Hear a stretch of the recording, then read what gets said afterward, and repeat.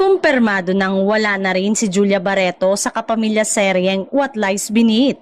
Wala pang official announcement pero ilang taga sa ABS-CBN ang nagkumpirma na wala na nga ito sa serye kahit nakapag-taping na ito.